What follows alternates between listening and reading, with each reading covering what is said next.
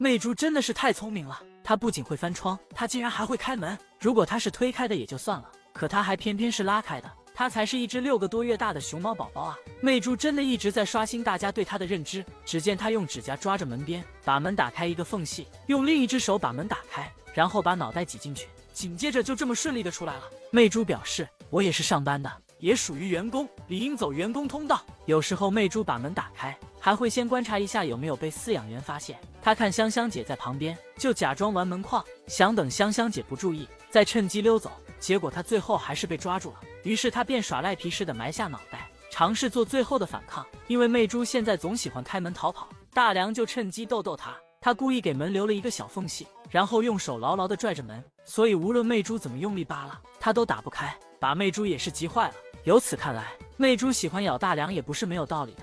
有时候大梁也真是欠欠的，总是喜欢逗媚珠。后来大梁来找媚珠玩鼓，媚珠也不理他，而是打开门想出去。他还尝试自己挤出去后，把大梁和香香关在屋里。只能说媚珠真的太聪明了，她4个多月时就能翻窗越狱，现在她长大了，比窗口还高了。他好像也知道自己快翻不过去了，于是他前一段时间一直在咬窗口，像是打算把窗口扩宽一些。结果无奈他肯定是咬不动的，于是他现在就学会了开门。果然只要肯动脑，方法总比问题多。要睡醒，媚珠又出息了，不到半岁的小家伙竟然登顶了5米左右的大树。媚珠到底还要带给大家多少惊喜？只见他坐在树杈上享受着自由的风，这一幕让人瞬间梦回四海。就在昨天，天气很好，风和日丽的，出来放风的媚珠3两下就爬上了大树，而且别的小熊爬树一般都是妈妈教的，媚珠还是自学成才。原以为她会趴在这个粗粗的树杈上睡觉，因为这里有妈妈的味道。萌萌平时就是睡在这里，结果让人没想到的是，她竟然不甘心于此，稍作休息就登顶了大树，这让树下的大梁又惊又喜，毕竟这是其他小熊基本没有爬到过的位置。大梁还即兴创作了一首打油诗，远看一只熊猫，近看还是只熊猫。反正都是熊猫啊，反正都是这熊猫。虽然这诗做的确实不怎么样，但媚珠这孩子是真的强。小五看了表示很不服气，谁半岁的时候还没登顶过大树呢？只是我的树不太争气而已。然而看着媚珠爬上去容易，让她自己下来可就难了。无论怎么哄，媚珠压根理都不理。最后还是大梁爬上树，站在树杈上抱她下来的。抱下来的过程也不轻松，媚珠一直在反抗。青姐担心媚珠会掉下来，就本能地张开双手，随时准备去接媚珠。经过一番努力，在大梁和香香姐的接力下，才算把媚珠给弄下来。这也算是大梁出差回来后的第一天，媚珠送给外公的一份大礼。大梁出差1周回来，最想做的事估计就是抱抱媚珠，于是他就把媚珠骗了出来。美女，走，出差完了，快点，跑快点，跑快点。刚才明明说的是要带媚珠出去玩，结果把媚珠骗出来就抱个不停，难怪媚珠会咬他。网友的神评论更搞笑，说大梁是媚珠的磨牙棒，毕竟媚珠真的很喜欢咬他。但该说不说，大梁真的把媚珠当孩子一样对待了。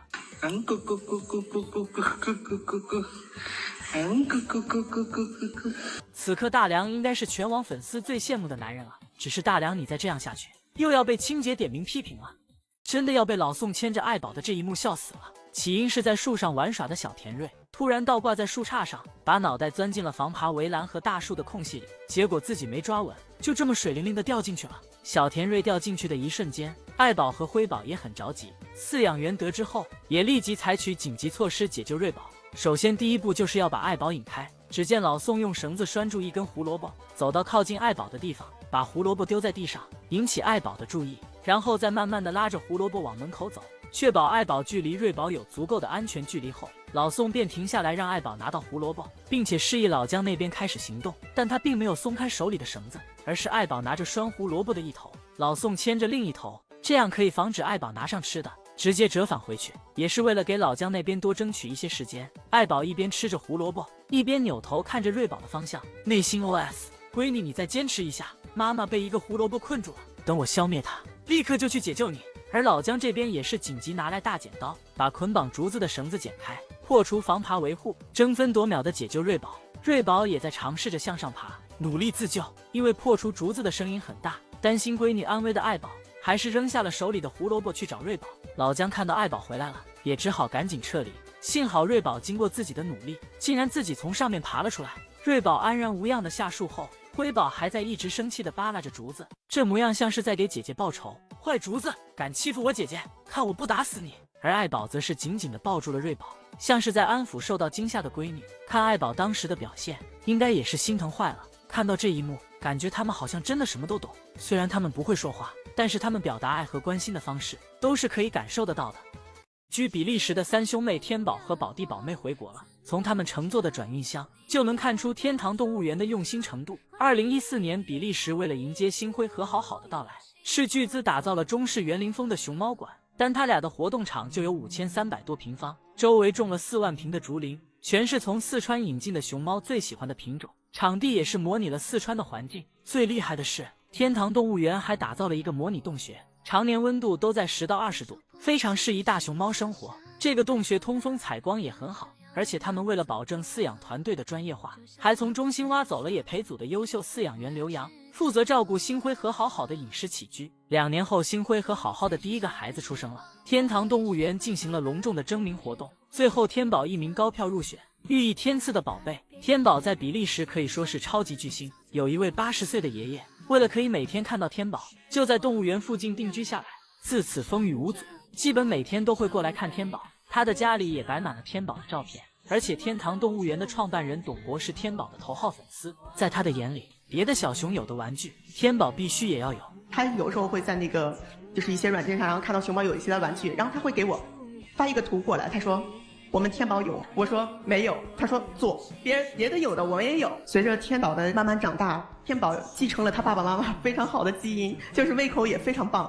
我就直接跟董博讲，可能天宝以后也会是一个小吃货，可能是个大胃王，所以说我们的去购买竹子可能不够用。董博马上就说不够用，我们直接买竹林。天宝长大了，到了需要和妈妈分开的年纪，园方就给天宝打造了专属的大别墅。后来天宝的弟弟妹妹出生了，宝弟宝妹需要和妈妈分开时，园方又单独给他俩打造了一个大别墅。如果不是早早的就确定宝弟宝妹今年回国，估计园方看到他俩打架，又要再单独打造大别墅了。只能说他们对大熊猫真的热爱到骨子里了。现在兄妹3个一起回国，他们的奶妈刘洋已经伤心到哽咽，特别是天宝，他看到有陌生人靠近刘奶妈，他还会做出威慑的动作保护奶妈。所以说，有的时候他如果换饲养员或怎样的，他看了一个比较高大饲养员在我身后啊，或者是陌生人在我身后，天宝会马上就站起来，然后尝试去保护我。所以说，真心换真心，爱从来都是相互的。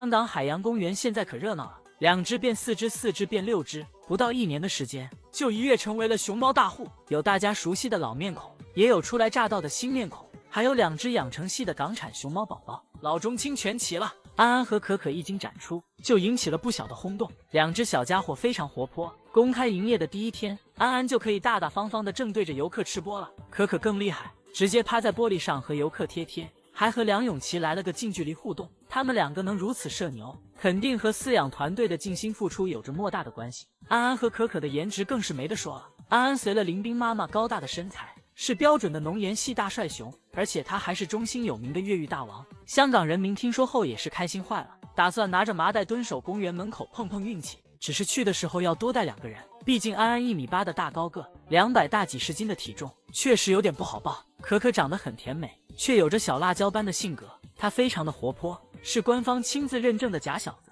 曾经还挑战过中兴战神姚一家。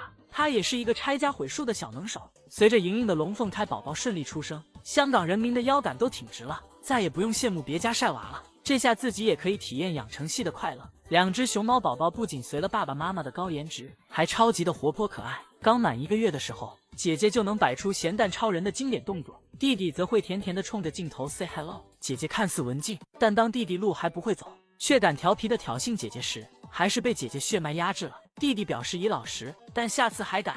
粉粉嫩嫩的2只小团子，隔着屏幕好像都能闻到奶香味儿。园方也非常的宠他们，什么满月宴、百月宴，一样都没落下。官方开通了港宝胖搭这个社交账号，也在频繁更新2小只的动态，让喜爱他们的粉丝也可以见证他们的成长。为了让莹莹们好好坐月子，园方甚至把熊猫馆闭馆了3个多月。乐乐也成为了第1只休产假的熊猫爸爸。毕竟龙凤胎的出生，乐乐也功不可没。据说今年2月就可以跟莹莹和熊猫宝宝见面了，到时候香港海洋公园肯定会更热闹。然谁带娃谁崩溃，招美妈妈被小鳌拜气得越来越像冯巩老师了。别看小鳌拜长得甜甜的，看着很可爱，其实他是个超级废头子。就是大家口中的混小孩。小鳌拜不仅吃得多，他吃饱了还费妈，以至于昭美妈妈连饭都吃不安生。他现在也就1岁多的妮妮，脑袋看起来比昭美还大。小鳌拜闹奶也很执着，就像狗皮膏药一样粘着干妈。昭美实在缠不了他，只好坐下来喂他吃。此刻昭美脸上肉眼可见的有疲惫感，仰着头像是在无声的呐喊：美伦，求你别再生了，你欠我的到底拿什么来还？这天小鳌拜又准备爬到木架上费妈，结果自己一个不小心摔下去，把旁边的昭美都惊呆了，内心 OS： 这可不关我的事啊，我可什么都没干，一会儿可别又都算到我头上来。和昭美有着同样经历的还有隔壁的北川。北川今年好不容易学会自己带娃了，结果他的大闺女川仔却生了娃但不会带，于是只好委托给北川。所以北川今年不仅带着自己的儿子北香果，还要带着自己的小外孙荣硕。于是熊猫界也出现了外婆帮闺女带外孙的场面。荣硕这孩子也是很调皮，他不仅打翻了外婆的小饭桌，还冲着外婆兔子跳，这可把北川伤心坏了。看他那委屈巴巴的小眼神，感觉下一秒就要哭出来了。没想到曾经家喻户晓的熊猫界女侠，最后还是败在了带娃上。北川虽然逃过了带闺女川仔，现在却替闺女带外孙，只能说出来混总是要还的。还有中心的黑恶势力头目张卡，也同样败在了带娃上。中中不仅废妈，他还夺妈妈的损失。卡姐也很宠孩子，都这样了也没舍得打一下，把2个孩子都哄睡的卡姐一脸疲惫地坐在木架上，感觉他已经被这2个废头子给掏空了。昭美、北川还有卡姐都是野一代，好像野一代的熊猫妈妈都不怎么打孩子呢。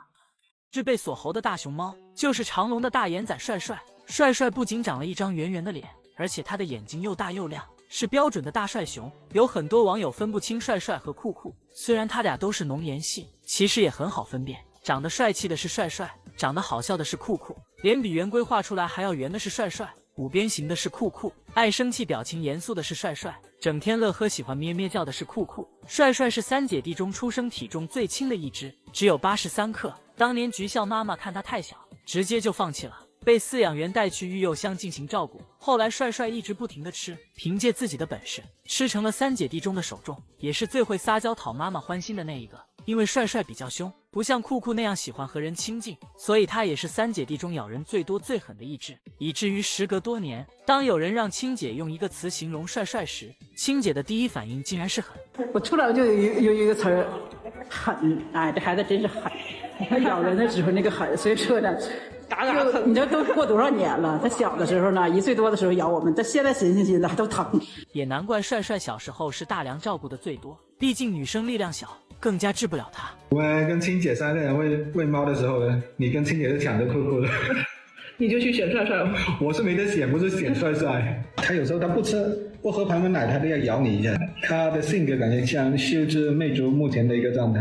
所以当魅珠越来越凶，开始咬大梁的时候，大梁就跑到帅帅那边对他说：帅帅，告诉你啊，你姐姐生了一个女儿，性格非常的像你，比你还凶。看来帅帅给大梁的心里也是留下了不小的阴影。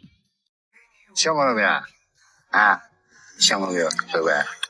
看到木奶爸满脸微笑的趴在地上和贤贤互动的画面，这一幕真的感觉既温馨又令人感动。他真的像对待自己的孩子一样，在照顾着他面前的毛孩子。虽然贤贤已经在野外生活了半年多的时间了，看他如今依旧是圆滚滚的模样，就知道饲养员为了他们付出了多少的心血。雪中的贤贤显得格外好看，雪花粘在他的耳朵上，就像是戴了一副珍珠耳环。贤贤和木奶爸也格外的亲近，从他的眼神里不难看出他对奶爸的信任，他会跟随着奶爸脚步，一直走很远。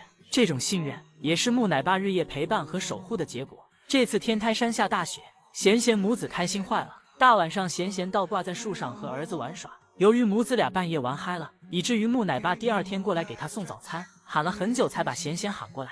虽然大熊猫很喜欢下雪天，但对于负责野培的工作人员来说，这无疑增加了他们工作的难度。来看贤贤母子的木奶爸，脸冻得通红，手也冻僵了，而且山路崎岖陡峭，雪天路滑也增加行走难度。更重要的是，厚厚的积雪下可能也会有潜在的危险。在3年前，木奶爸在野外工作时伤了膝盖，他说他当时都哭了，但不是因为疼痛，而是因为他害怕自己再也不能上山，不能再奔走在一线，照顾这些他日夜牵挂的熊孩子。后来他积极的做康复训练，在今年的3月份，他感觉自己身体好了很多，即便是自己已经到了快退休的年纪，还是毅然决然地向中心申请重返一线参与野培工作，主要负责在天台山参加野培的3对熊猫母子。如今他的膝盖在蹲下起身的时候还是会发出声响，但他还是坚持奔走在野培工作的第一线。当记者朋友问木奶爸说：“你会感觉到辛苦吗？”木奶爸回答说：“不会，因为我爱大熊猫。”一句“我爱大熊猫”基本上贯彻了他的大半辈子。也许只有真正的热爱，才能做到几十年如一日的义无反顾吧。要睡醒，媚珠又出息了。不到半岁的小家伙竟然登顶了5米左右的大树，媚珠到底还要带给大家多少惊喜？只见他坐在树杈上，享受着自由的风，这一幕让人瞬间梦回四海。就在昨天，天气很好，风和日丽的，出来放风的媚珠3、2下就爬上了大树，而且别的小熊爬树一般都是妈妈教的，媚珠还是自学成才。原以为他会趴在这个粗粗的树杈上睡觉，因为这里有妈妈的味道。萌萌平时就是睡在这里，结果让人没想到的是，他竟然不甘心于此，稍作休息就登顶了大树，这让树下的大梁又惊又喜，毕竟这是其他小熊基本没有爬到过的位置。大梁还即兴创作了一首打油诗，远看一只熊猫，近看还是只熊猫。反正都是熊猫。啊，反正都是只熊猫。虽然这诗做的确实不怎么样，但媚珠这孩子是真的强。小五看了表示很不服气，谁半岁的时候还没登顶过大树呢？只是我的树不太争气而已。然而看着媚珠爬上去容易，让她自己下来可就难了。无论怎么哄，媚珠压根理都不理。最后还是大梁爬上树，站在树杈上抱她下来的。抱下来的过程也不轻松，媚珠一直在反抗。青姐担心媚珠会掉下来，就本能的张开双手，随时准备去接媚珠。经过一番努力，在大梁和香香姐的接力下，才算把媚珠给弄下来。这也算是大梁出差回来后的第一天，媚珠送给外公的一份大礼。大梁出差1周回来，最想做的事估计就是抱抱媚珠，于是他就把媚珠骗了出来。美女，走，出差完了，快点，跑快点，跑快点。刚才明明说的是要带媚珠出去玩，结果把媚珠骗出来就抱个不停，难怪媚珠会咬他。网友的神评论更搞笑，说大梁是媚珠的磨牙棒，毕竟媚珠真的很喜欢咬他。但该说不说，大梁真的把媚珠当孩子一样对待了。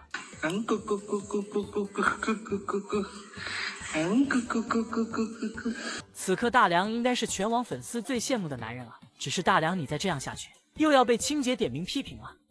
这笑容别致的小熊，就是飞云同父同母的亲哥哥奥运，因为他出生在2008年8月8日，恰逢北京奥运会开幕仪式，有着非凡的纪念意义，所以就取名奥运。奥运如今生活在神农架关门山景区，这里简直可以说是大自然的天然氧吧。奥运的院子就在山脚下，真的又大又漂亮，一眼望去满眼都是绿色，简直是视觉上的享受。而且奥运院子里还有一个超大的活水泳池，这样豪华的配置，可以想象大熊猫生活在这里会有多快乐。如今的奥运已经16岁了，看起来依旧白白胖胖奶乎乎的，足以见得奥运身心健康，被照顾得很好。因为有这么大的院子需要奥运管理，奥运园长每天可忙了，给小树修剪树枝这种事都是他亲力亲为。他还特别喜欢和饲养员互动，扒着围墙伸着小手，还想和饲养员击掌。奥运的隔壁住的是他的心上熊韵韵，韵韵是北洞影后徐萌萌的亲妹妹，也就是萌兰的亲小姨，两小只从小就生活在一起，可以说是青梅竹马。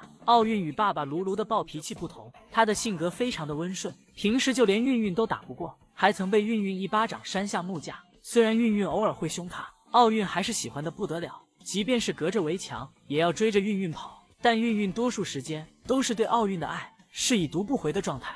然而就是这么好的地方，因为园方不怎么宣传，就连很多湖北本地人都不知道。如果偶尔想放空一下，神农架这个天然氧吧绝对值得一去。虽然莽妞妞平时有点虎，但是她真的好爱她的好大儿莽小五。这天母子俩正在院子里玩耍，突然从远处传来异响，小五第一反应就是迅速爬上树躲避危险，这也是妈妈平时教的好。此时的莽妞妞貌似脑袋有点宕机，还坐在那里一动不动地分辨异响的来源。当莽妞妞也意识到不对时，第一反应就是往室内跑，但她刚跑了2步，就立刻转身掉头冲向小五。此时莽妞妞的内心活动如下：咦，这是什么声？让我好好听听，好像有危险，快跑！不对，我的儿呢？然后快速冲向小五，站起来把他的好大儿薅下来。儿子别怕，妈妈来了，妈妈把你叼回家。结果他都忘了，他的儿子长大了，他已经叼不动了。看到这一幕，真的有种莫名的感动和心酸。1年前小五被妈妈所吼举高高的画面，还仿佛就在眼前。现在的小五莽妞妞已经抱不动了，即便小五已经长成了中午，莽妞妞还是放心不下他。这天正在木架上吃饭的莽妞妞突然听到室内有响声，担心小五会有危险的她立刻起身去室内把小五带了出来。儿子在自己的眼皮子底下才放心。小五小时候在室内做体检，莽妞妞在外场听到小五的叫声，特别的焦虑不安，一会扒着门，一会着急的满院子跑来跑去，肉眼可见她的担心。后来小五体检完出来，莽妞妞就抱着她的好大儿亲亲又抱抱。虽然莽妞妞很爱玩，但她还是会想着小五。这天莽妞妞坐在小五的毯子上，玩着小五的球，看这背影就像一只熊猫宝宝。然而玩得正开心的莽妞妞突然抬头，像是想到了什么，于是她踢着球走向一边。让人万万没想到的是，莽妞妞竟然是把球送给一边的小五。所以说哪有妈妈不疼孩子的呢？虽然有时候莽妞妞也会抢儿子吃的，玩儿子的玩具，会和儿子打打闹闹，但这一点都不影响她爱儿子。看小五坐在秋千上，莽妞妞给儿子摇秋千的画面，是不是十分的岁月静好？把木鱼喊回来，把木鱼喊回来吧。盘点那些普通话10级的大熊猫，大家都知道东北人很爱唠嗑，没想到东北的熊孩子也那么能唠。目前生活在吉林长春熊猫馆的初心和奶妈的日常对话，那是字字清晰，句句回应。奶妈给初心喂小苹果，初心吃得很开心。好吃不？好吃啊，好吃多吃点啊。吃吧，吃胖胖的啊。在外场玩雪玩得正嗨的初心，听到奶妈喊自己名字，便立刻趴在围墙上探着头回应奶妈。初心，哎，看不着你啊。初心。而当有人问他是初心还是暮云时，即便他都走出很远了，也不忘给句回应。你是暮云还初心呢？初心呢？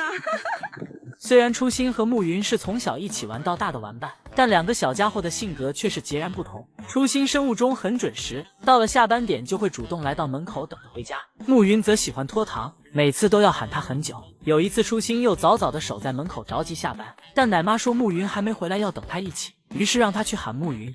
暮云呢？把暮云喊回来，把暮云喊回来吧。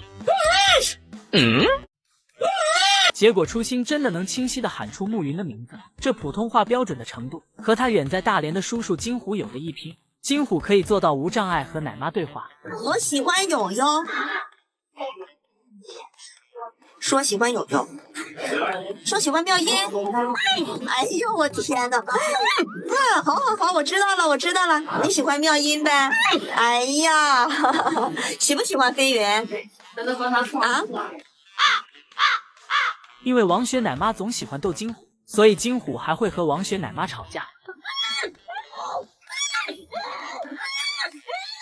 哎呀，刚才说你了，刚才谁说你了？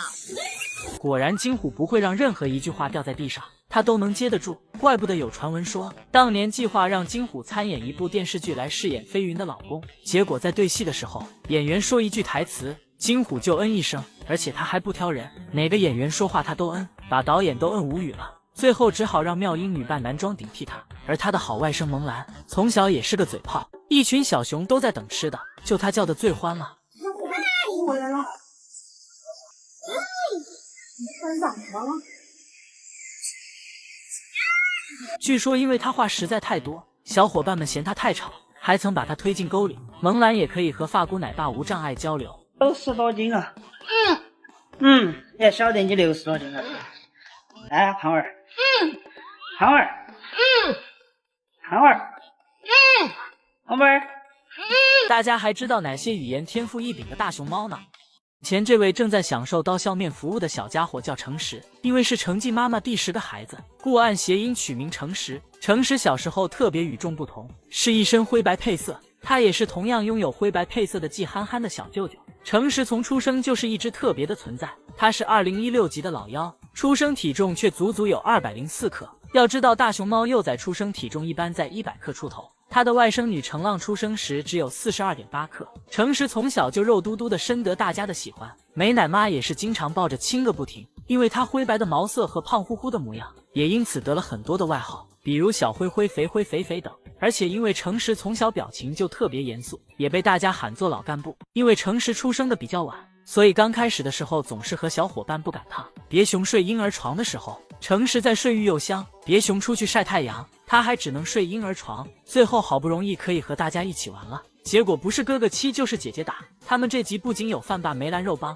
还有爱聊架的天线宝宝奇艺，隐形战神奇果更是不好惹。但是我们小灰灰也有硬气的时候。这天奇艺看到独自在树旁趴着的诚实，准备上去撩闲逗逗他，结果程氏一反常态，把前掌举在空中，冲着奇异大喊：“你过来呀！”把奇异吓得一激灵，然后就默默地走开了。果然，老师熊爆发时威慑力也很大。小时候的程氏酷爱睡觉，江湖上至今还流传着他充电2小时活动5分钟的传说。而且程氏自小脑袋就长得大大的，所以经常能看到他的大脑袋被卡住。这天程氏的大脑袋被卡在树杈上，极力想挣脱的表情简直萌化了，而且他的小脚丫也在使劲儿。最后把脑袋拔出来的那一刻，头套都变形了。还有另一次更惨，本来卡头已经很难受了，还被雅韵伺机报复，挠脸又咬嘴的。不过他们也只是打闹而已，并没有伤到对方。程氏和文文的互动更搞笑，不是黏黏糊糊的贴在一起，就是决斗现场，主打一个反差。有一次雅韵和文文在泡澡，结果程氏硬是凑过来了，在他坐下的那一刻，水池里的水都流掉了1/3，气得文文直翻白眼。如今马上8岁的程氏出落得更加帅气了，希望更多人能认识和喜欢他。金虎真不愧是一只天生喜剧熊。这天饲养员把笋笋装在麻袋里给他，金虎吃到最后一根时，他怎么都取不出来，看得出金虎真的很着急，笋笋都快被他隔着麻袋榨汁了。此时的金虎一脸无奈地看向饲养员，内心 OS 媳妇没有，穷的就剩下一个麻袋了，还要给我整这死出，我现在吃不到怎么办？一边的饲养员告诉他要用脑子，于是金虎就把麻袋往头上一盖，双手自然垂下，坐在那里顿了几秒钟后，把麻袋从头上扒拉下来，又一脸无辜地看向饲养员说：“我刚才试了一下，脑子也吃不到怎么办？”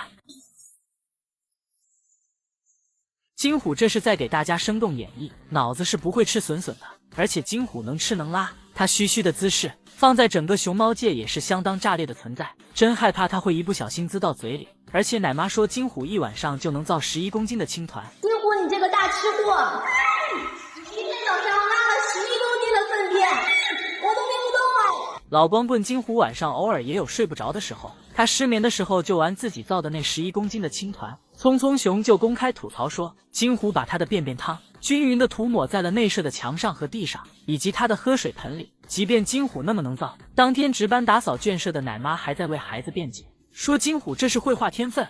熊对金虎的控诉，你觉得是什么？不满意，我觉得金虎有天分，对，画天分。对，看金虎这埋汰样，也就那个可以一边吃一边拉，一边拉一边甩，一边甩还一边踩的画虎可以与之媲美了。而且金虎这个大吃货，喜欢妙音不喜欢飞云的原因，可能不只是飞云曾经揍过他，还因为妙音比较挑食，经常可以剩下很多笋笋，奶妈就会打包带给金虎吃。金虎每次吃的别提多开心了。当然金虎也有傲娇的时候，这天剩下的笋笋他就不吃了，奶爸拿过来询问他：大大爷大孩子们了，你还这么好会过日子呢？那你吃了，你吃了。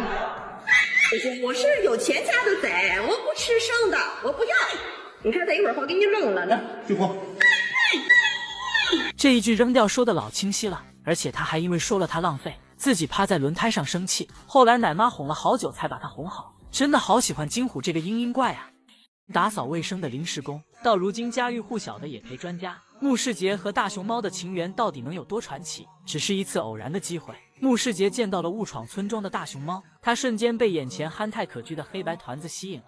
后来他便放弃了外出打拼的机会，在09年到核桃坪基地应聘，成为了园区里的一名清洁工，主要工作内容就是清理大熊猫吃剩的残竹以及粪便。就是这样的一份工作，穆世杰风雨无阻，一干就是9年的时间。2008年汶川突发8级地震，卧龙受灾严重，笼舍坍塌，大熊猫四处逃窜，曾经山清水秀的卧龙可以说是面目全非，一片狼藉。因为这9年的工作，让穆世杰对大熊猫的感情更加的无法割舍。即便他不是饲养员，他也仍然奔走在救援的一线。余震过后的进山搜救工作也非常的艰难。穆世杰凭借自己对大山的了解，和同事们一起上山寻找逃散的大熊猫。那一天下了1天的雨，我们挺饿的，我记得没有带什么多的这个吃的，多数背的是熊猫吃的，像这个竹笋啊、胡萝卜啊。我们饿了没有办法了的时候，我们就吃那个给熊猫吃的胡萝卜。